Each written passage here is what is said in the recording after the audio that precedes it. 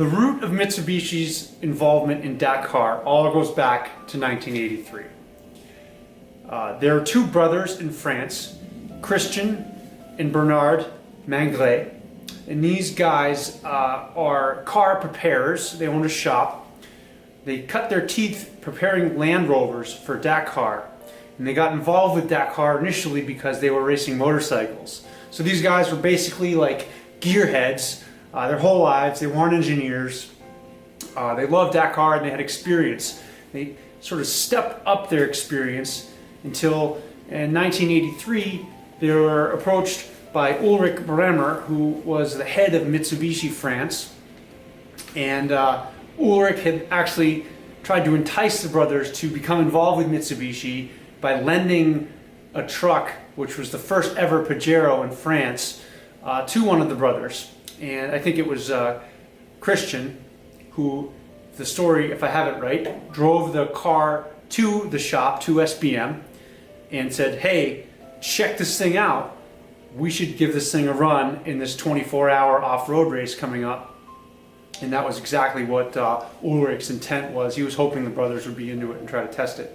This was a first-gen short wheelbase Montero or Pajero or Raider, which we have here in the US. So those two guys, plus a third who you may have heard of named Andrew Cowan, Scotsman, who was a really famous rally driver already at that point, took it to this 24-hour race, and in 24 hours they put 2,500 kilometers on the truck and nothing broke. It ran really well, and they were probably used to Land Rover reliability or something, so they were really impressed. Soon after, they became more involved with Mitsubishi. After that, they prepared a car. They prepared two actually for Dakar in '83. They were first-gen Monteros. I'll show you a picture after this clip. They were short wheelbase, but they were like kind of cut out like a pickup truck in the back. They were powered by a G54B turbo diesel 4-cylinder, and it was like the early engines we got here, except turbo, kind of like a Styrian engine a little bit. So they did okay at that first Dakar. One of them got 11th, and then someone ended up in like 30th. It wasn't like a super splash. It wasn't bad. And this sort of started kicking things off. It's important to talk about this because this relationship with SBM is how Mitsubishi got on the map at all at Dakar and how any of this started. And coincidentally, it's also how Ralliart started, maybe not directly attributable, but Andrew Cowan that same year then started ACMS, which was Andrew Cowan Motorsports, and Andrew Cowan Motorsports later became Ralliart. So what you see is SBM on one end, and you see ACMS on the other, ACMS going to stage rally, SBM doing raid.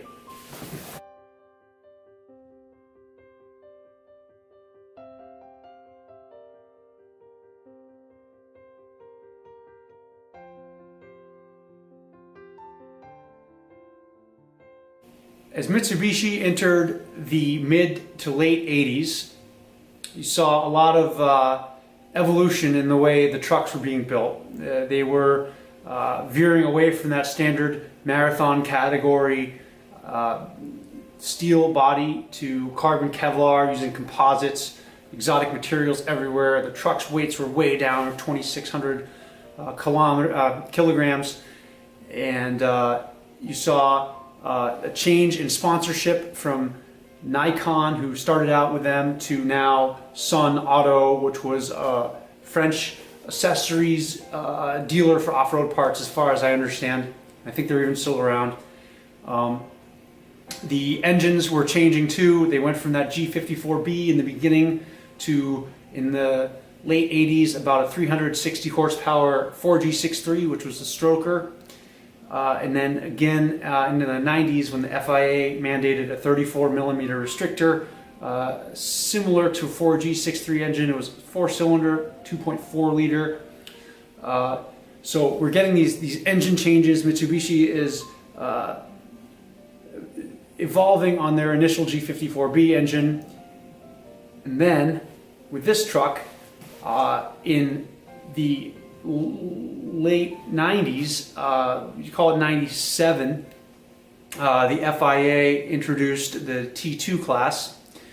Mitsubishi started in T2 with a normalish looking short wheelbase Pajero, and then in 98 moved to the Pajero Evolution, which is the V55W chassis.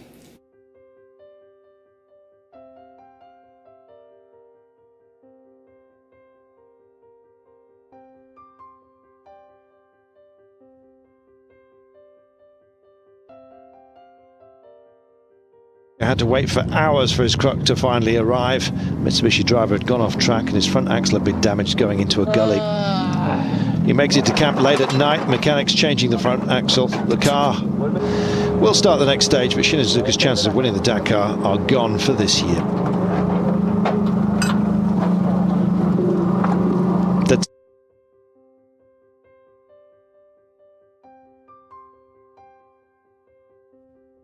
To help fellow countryman Matsuoka. Matsuoka it was that broken a suspension joint crossing a gully, and Matsuoka falling from 3rd to 5th overall as a result. Shinazuka delighted to help out whenever possible.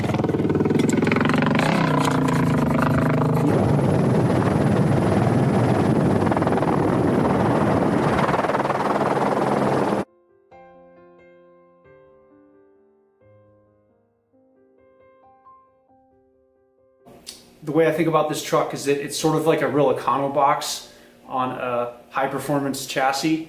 The interior is typical Mitsubishi, a lot of plastic inside. You can hear the wind real easily, but it's got a really cool engine, which we'll talk about later, and very cool suspension. So back to Dakar. In '98, when this competed for the first time, it was huge for Mitsubishi. They won the T2 class. In fact, they captured 1st, 2nd, 3rd, and 4th place in T2. Also putting Kenjiro Shinazuka on the podium, which was the first time a Japanese person had ever won Dakar. So huge year for them in a hugely successful chassis that was raced for many years, even until I think 2001. They use this chassis, and privateers continue to use it today. Races here, then we might have a chance of winning overall. Take the left side, he said. Well, Kenjiro Shinazuka powering through today. Big fight going on between Schlesser and Shinazuka on the first of today's 2 stages. And look at this,